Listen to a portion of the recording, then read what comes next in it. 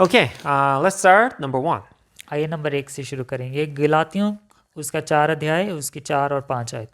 किंतु जब उचित अवसर आया तो परमेश्वर ने अपने पुत्र को भेजा जो एक स्त्री से जन्मा था और व्यवस्था के अधीन जीता था, ताकि वह व्यवस्था के अधीन व्यक्तियों को मुक्त कर सके, जिससे हर परमेश्वर के गोद लिए बच्चे बन सके। Amen.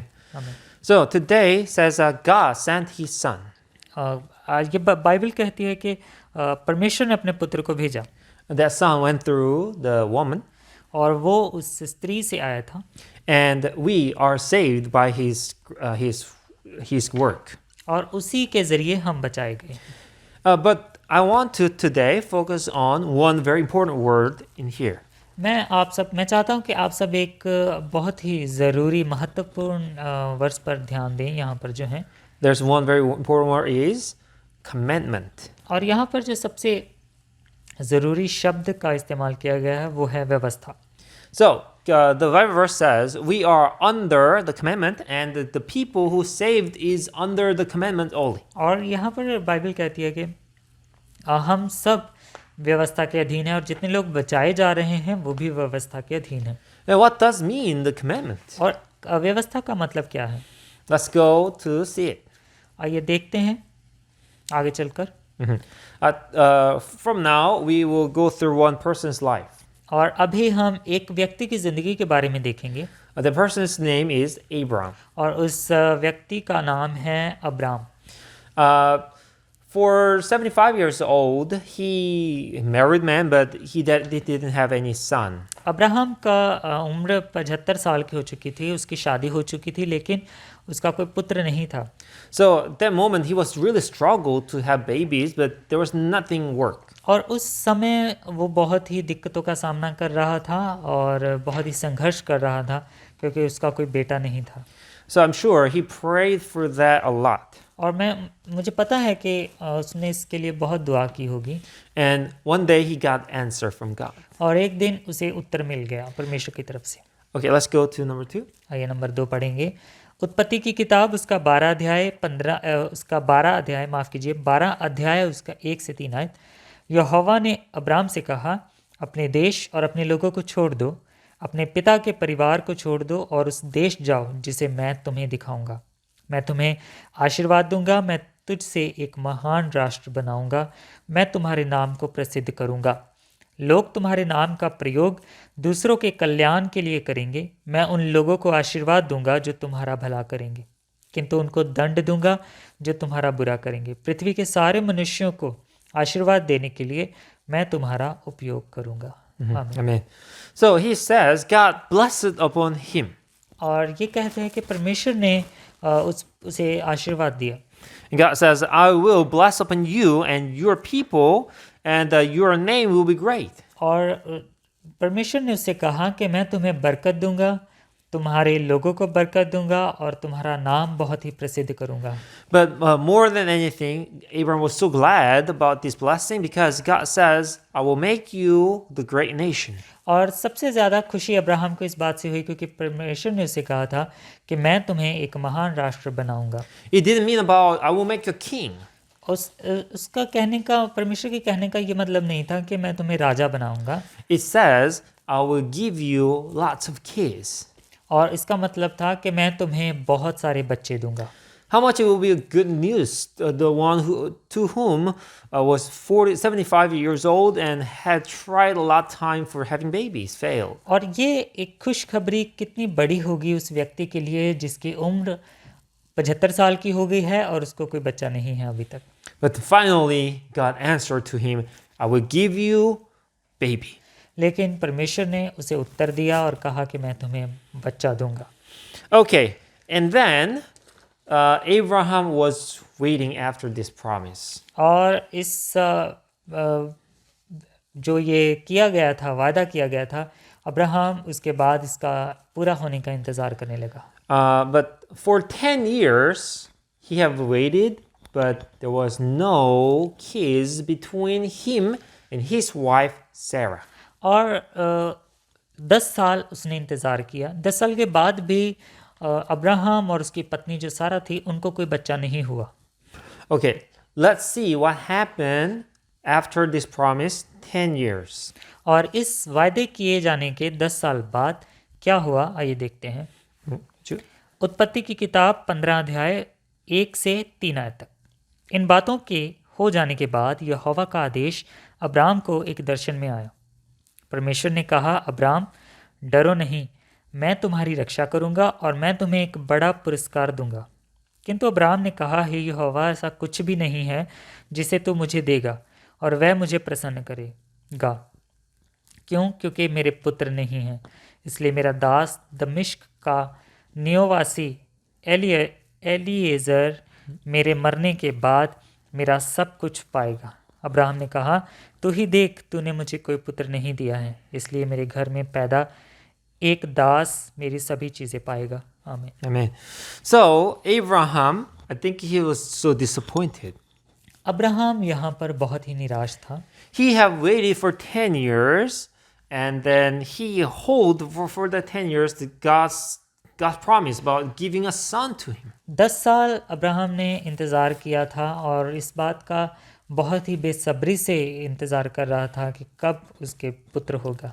But there was no answer yet, so he decided to adopt a person as his kid. लेकिन 10 साल इंतज़ार करने के बाद भी ये परमेश्वर की तरफ से कोई उत्तर नहीं मिला उसे, तो उसने आखिर इस बात के लिए फ़ैसला किया कि मैं अपने एक दास को उसका गोद लूँगा।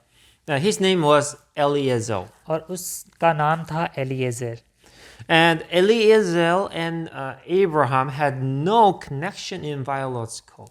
और अब्राहम और एलीएजर में कोई भी शारीरिक तौर पर कोई भी नाता नहीं था। Yeah, just Eliezer was a servant in his house, so he was very familiar with Abraham. So Abraham took him as his son and father. अब जो एलीएजर था वो सिर्फ एक दास था जो अब्राहम के घर में था, तो अब्राहम ने उसे गोद ले लिया था। So Abraham solved the problem now. Abraham ने अभी जो अपनी मुश्किल थी उसका हल निकाल लिया था। And now God can make great nation through Eliezer. और अभी वो सोच रहा था कि जो परमेश्वर हैं वो एलीएजर के ज़रिए बहुत बड़ा राष्ट्र बनाएंगे।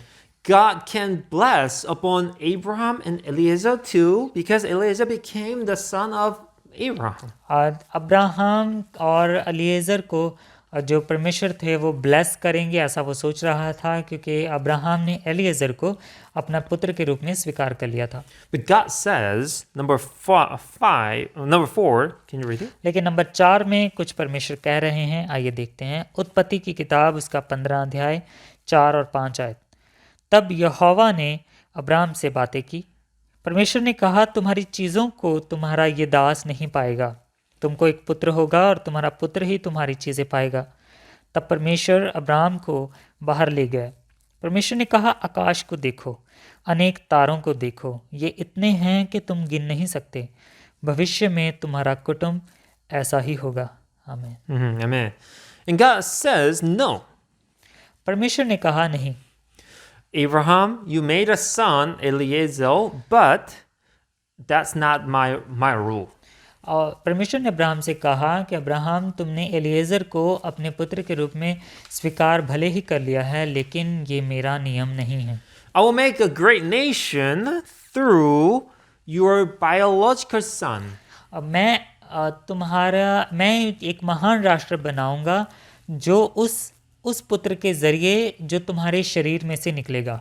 I will bless upon your actual son. मैं तुम्हारा जो असली पुत्र होगा, जो तुम्हारे शरीर में से निकला होगा, उसको ही बरकत दूंगा, Not adopted one. और गोद लिए हुए बच्चे को नहीं। So my friend, here you can realize that God has a rule. और यहाँ पर हम इस बात का एहसास कर सकते हैं कि परमेश्वर के खुद के नियम होते हैं। Abraham first understood, okay, God will bless upon my son. Abraham ने पहले ये सोचा कि परमेश्वर मेरे पुत्र को बरकत देंगे Through that son, God will make a great nation. और उसी पुत्र के जरिए परमेश्वर एक महान राष्ट्र बनाएंगे। So he thought any son will be okay. और उसने सोचा कि कोई भी पुत्र बेटा सही रहेगा। My biological son would be good, but God can also bless upon my adopted son. उसने सोचा कि हाँ मेरे शरीर में से जो बेटा निकलेगा वो तो ठीक है, उसको तो ब्लेस करेगा ही, लेकिन अगर मैं किसी को गोद ले लेता हूँ पुत्र के रूप में तो उसको भी वो ब्लेस करेंगे। My friends, I'm sure adopting son is very important and very noble action. मैं जानता हूँ कि किसी को गोद लेना, किसी बच्चे को गोद लेना एक बहुत ही अच्छा काम है और ये करना बहुत ज़रूरी है। Even in this time, in this generation, that's also very important. And then suppose somebody should do that. और ख़ास करके इस पीढ़ी में, इस समय में ये सब चीज़ें होनी चाहिए और किसी ना किसी को ये कदम ज़रूर उठाना चाहिए। But in this story, it's not fit on God's rule. लेकिन इस कहानी में ये जो नियम है ये फिट नहीं हो रहा। Okay, let's go to the next step after 10 years again. 10 साल के बाद फिर से देखते हैं क्या होता है। Okay, number 5. नंबर 5 पढ़ेंगे। उत्पत्ति की किताब उसका 16 अध्याय 1 से 2 आयत। सारा अब्राम की पत्नी थी। अब्राम और उसके कोई बच्चा नहीं था। सारे के पास एक मिस्र की दासी थी, उसका नाम हाजिरा था। सारा ने अब्राम से कहा, देखो यहोवा ने मुझे कोई बच्चा नहीं दिया है, इसलिए मेरी दासी को रख लो, मैं इसके बच्चे को अपना बच्चा ही मान लूँगी। अब्राम ने अपनी पत्नी का कहना मान लिया। आमीन। Amen. So here also God said, Abraham did. Okay, then God says, the son should be biological with me, so I can have a baby through my second wife. Abraham ने सोचा कि ठीक है, अगर जो बेटा है वो मेरे शरीर में से निकला होना चाहिए तो मैं किसी अपने दूसरी पत्नी के जरिए पैदा कर सकता हूँ बच्चा। At least Abraham's wife thought about that, so she agreed to have a second wife of Abraham. और उसकी जो पहली पत्नी थी उसने ये सोचा और इसे करने की मंजूरी दी। And let's see what happened. और आइए देखते हैं कि क्या होता है। Number 6. नंबर 6 पढ़ेंगे। उत्पत्ति की किताब उसका 17 अध्याय 17 से 19 आयत। इब्राहिम ने अपने सर परमेश्वर को भक्ति दिखाने के लिए ज़मीन तक झुकाया, लेकिन वह हंसा और अपने से बोला, मैं 100 वर्ष का बूढ़ा हूँ, मैं पुत्र पैदा नहीं कर सकता, और सारा 90 वर्ष की बुढ़िया है, वह बच्चों को जन्म नहीं दे सकती। तब इब्राहिम के कहने का मतलब परमेश्वर से पूछा, क्या इश्माइल जीवित रहे और तेरी सेवा करे? परमेश्वर ने कहा, नहीं, मैंने कहा कि तुम्हारी पत्नी सारा पुत्र को जन्म देगी, तुम उसका नाम इसहाक रखोगे, मैं उसके साथ वाचा करूँगा, ये वाचा ऐसी होगी जो उसके सभी वंशजों के साथ सदा बनी रहेगी। आमीन। Amen. So here says, this happens after 5 years than previous one. और पहले से 5 साल के बाद ये चीज़ होती है। And between Abram and his second wife, there was a son, Ishmael. और अब्राहम और उसकी पत्नी, दूसरी पत्नी, उसका एक बेटा था, उसका नाम था Ishmael. And now Ishmael got 5 years old. और अभी इश्माइल 5 साल का था। And God appeared to Abram again and says, Abraham, I will give you a son.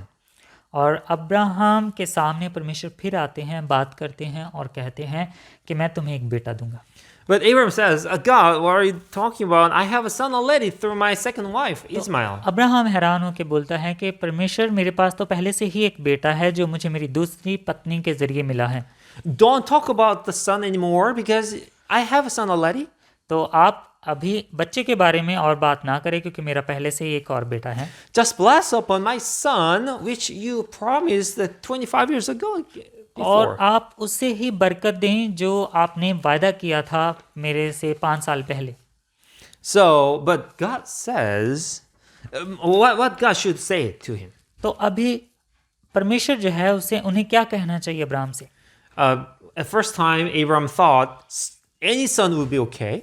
अब पहली बार अब्राहम ने सोचा कि कोई भी बेटा सही रहेगा, But God says a biological son should be. लेकिन परमेश्वर ने उससे कहा कि ऐसा नहीं है, तुम्हारे शरीर में से निकला हुआ ही बेटा होना चाहिए। But for now, Ismail is a biological son. Of course, it came from the second wife. और अभी जो इश्माइल था वो अब्राहम के शरीर में से ही निकला हुआ था, भले ही वो दूसरी पत्नी के जरिए हुआ हो। And he says, please, he is my biological son, so he deserves to your blessing. Abraham कहते हैं कि वो मेरे शरीर में से निकला हुआ बेटा है, तो अभी उसे आप बरकत दें। But God says to Abraham, Abraham, that's not fit on my rule. लेकिन परमेश्वर अब्राहम से कहते हैं कि ये मेरे नियम के अनुसार नहीं है।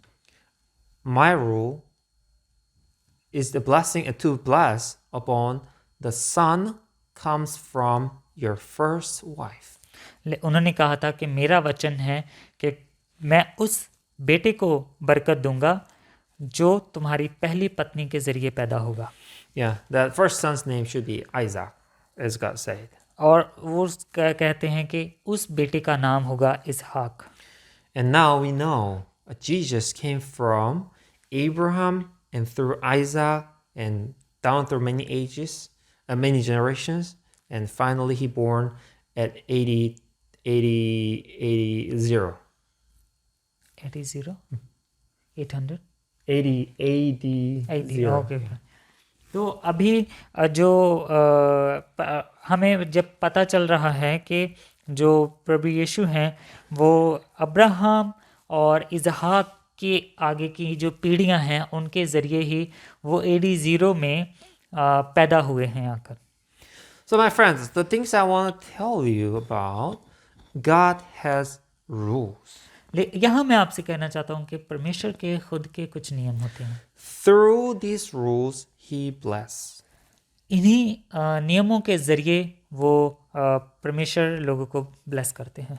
If you don't follow this rule, you cannot get the blessing of God. और अगर आप उन नियमों को नहीं मानते आपको बरकत नहीं मिलेगी। Abraham thought any son was okay, but not any son is okay. Abraham thought any biological son is okay, but was not. Abraham ने पहले सोचा कि कोई भी बेटा सही रहेगा, तो वो सही नहीं था परमेश्वर के द्वारा। दूसरी बार उसने सोचा कि मेरे शरीर में से निकला हुआ बेटा ही होगा, लेकिन दूसरी पत्नी के ज़रिए होगा, वो भी परमेश्वर को बात पसंद नहीं आई। My friends, I want to tell you about salvation. मैं आपको मुक्ति के बारे में बताना चाहता हूँ। Some people would think salvation is only going to heaven. कुछ लोग सोचते हैं कि मुक्ति का मतलब है स्वर्ग जाना, But salvation is more than that. लेकिन जो मुक्ति है उससे कहीं ज़्यादा है। The key, the final purpose of salvation, of course, is going to heaven.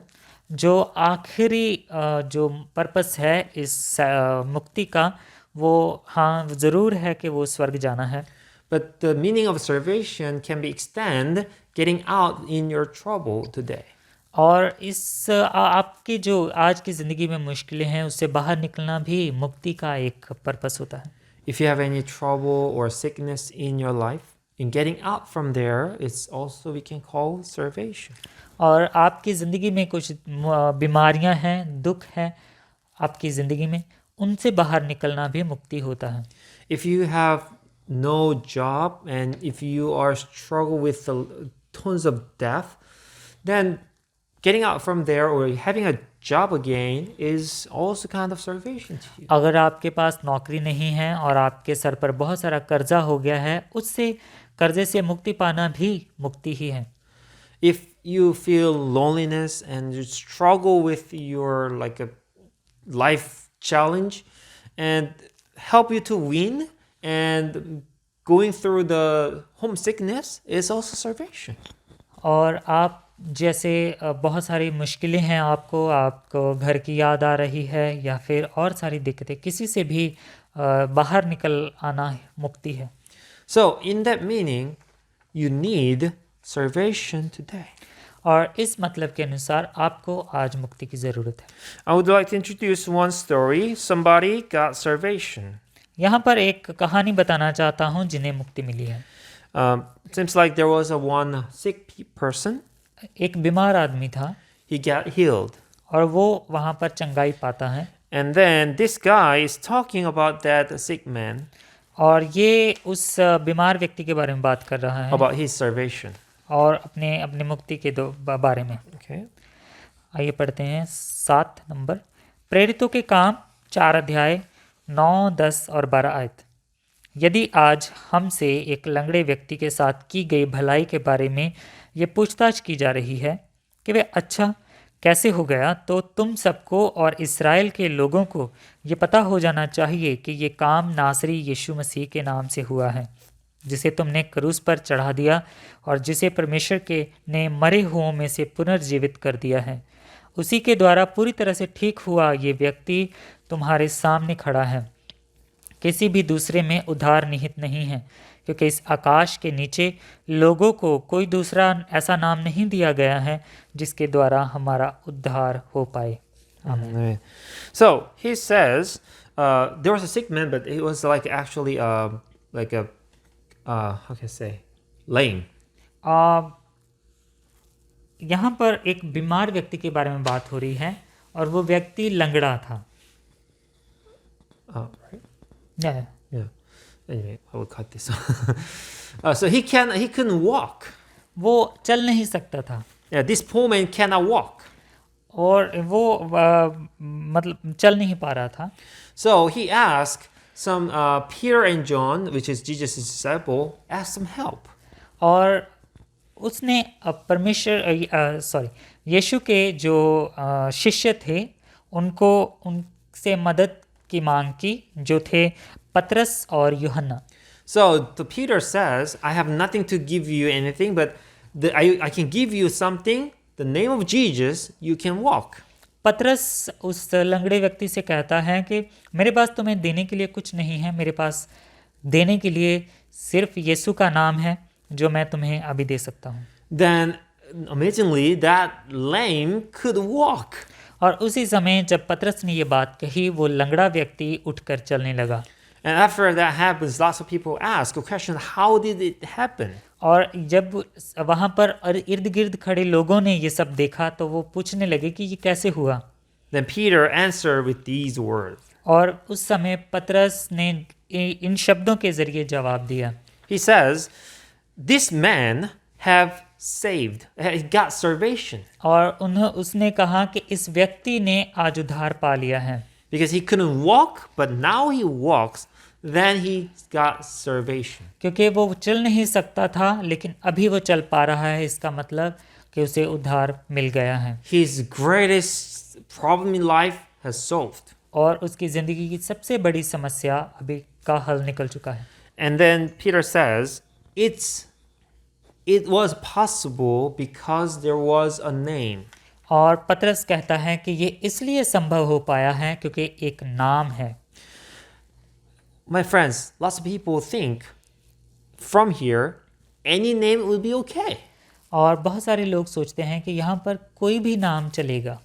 Any name like a Buddha or like a Allah or something. और वो सोचते हैं, कुछ लोग सोचते हैं कि यहाँ पर कोई भी नाम अगर हम लेंगे तो उससे उद्धार मिलेगा, जैसे कि बुद्धा है या फिर अल्लाह बोलते हैं। But here it says, as we learned so far, God has rules. We call that commandment. और जैसा कि अभी तक आपने सीखा है, परमेश्वर का अपना एक नियम होता है। If you out of the rule, which is commandment, you cannot be saved. और अगर आप उस नियम के बाहर जाकर कुछ करते हैं तो आपको उद्धार नहीं मिलेगा। And he clearly says, there is a name, but not any name, only a name of Jesus Christ. और यहाँ पर वो कहता है कि सिर्फ एक ही नाम है, कोई नाम भी नहीं, बल्कि सिर्फ एक ही नाम है जो है यीशु। Only the name of Jesus Christ could save him. That's the salvation way. सिर्फ यीशु का नाम ही उसे बचा सकता था, उसे उद्धार मिल सकता था। And he says, there's no other name, sorry. और वो कहता है कि इसके अलावा कोई और नाम नहीं है। So my friend, I tell you this one. If you want salvation, get the name of Jesus. और मैं आपसे कहना चाहता हूँ कि अगर आपको उद्धार पाना है तो यीशु का नाम लीजिए। He will never disappoint you. वो आपको कभी भी निराश नहीं करेंगे। My friend, trust this and believe it. आप इस पर भरोसा करें और विश्वास करें। The salvation will be yours today. उद्धार आपका होगा आज। Thank you. Let's pray. आपका शुक्रिया। ये दुआ करें। Our Father in heaven, हमारे स्वर्गीय पिता, thank you for giving us this wonderful day. आज का शानदार दिन देने के लिए आपका शुक्रिया। Father, we just heard about one story. पिताजी, हमने एक कहानी के बारे में पढ़ा। Father, through this story we realize there is a rule, your rule, which is commandment. इस कहानी के ज़रिए हमने पढ़ा कि एक नियम, आपका एक अलग नियम होता है जिसे हम व्यवस्था कहते हैं। Father, we also need salvation. हमें उद्धार भी चाहिए पिताजी। We need to get out from this trouble and problems. हमें अपनी मुश्किलों, अपनी दिक्कतों, अपनी समस्याओं से बाहर आने की ज़रूरत है। So we will follow your commandment. हम आपके नियम को मानेंगे। We will rely our will and everything on the name of Jesus. हम यीशु के नाम पर अपनी सारी इच्छाओं को छोड़ते हैं। Then, Father, please save us, give us salvation. पिताजी, हमें आप बचाएं, हमें हमारा उद्धार करें। Please solve our life problem. हमारी ज़िंदगी की सारी समस्याओं का आप हल करें। Father, we hope on us. Our hope is on you. पिताजी, हमारी उम्मीद आप पर है। We believe you. We trust this goodness. हम आप पर भरोसा करते हैं, आप पर विश्वास करते हैं, इस खुशखबरी पर विश्वास करते हैं। Thank you for Father everything. We pray in Jesus' her name. एक Amen. चीज़ के लिए आपका शुक्रिया। यीशु मसीह के नाम में ये दुआ मांगते हैं, आमीन। My friend, see you next week. मेरे दोस्तों, आपको अगले हफ्ते मिलते हैं।